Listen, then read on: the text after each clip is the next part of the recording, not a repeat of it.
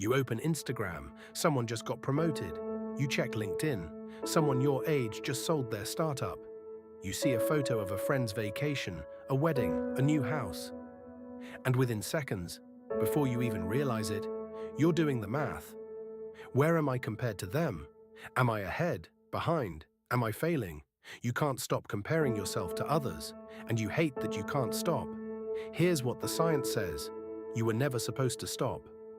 Psychologist Leon Festinger identified in 1954 what he called social comparison theory, the idea that human beings are hardwired to measure themselves against others. It's not weakness, it's biology. We compare ourselves as a survival mechanism. In our ancestors' world, knowing where you stood in the tribe literally kept you alive. But here's the problem: evolution designed this mechanism for a world where you knew maybe 150 people.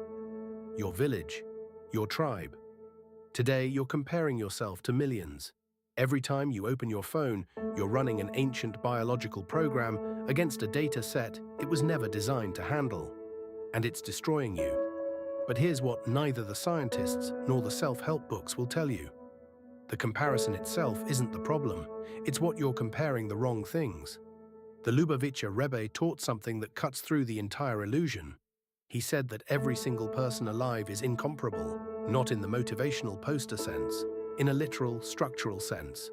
Each soul, the Rebbe taught, comes into this world with a mission that no other soul can fulfill. Not similar to yours, not overlapping. Yours alone.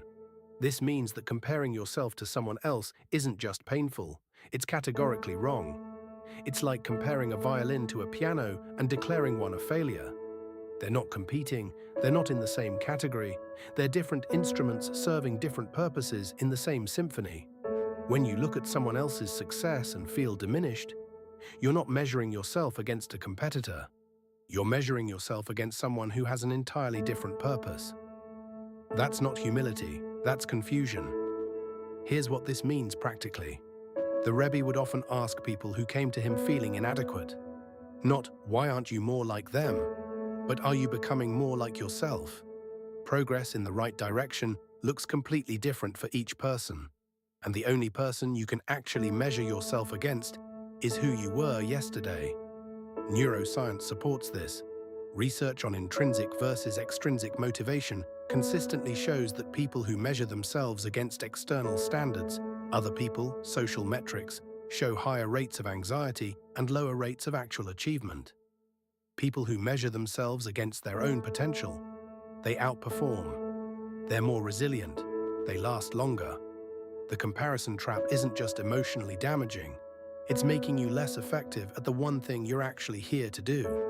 The next time you feel that familiar sting, someone else's win making you feel like you're losing, pause. Ask not, "Why don't I have what they have?" Ask, "Am I being who I'm supposed to be?" Those are entirely different questions. And only the second one has an answer that can actually help you. Subscribe for more.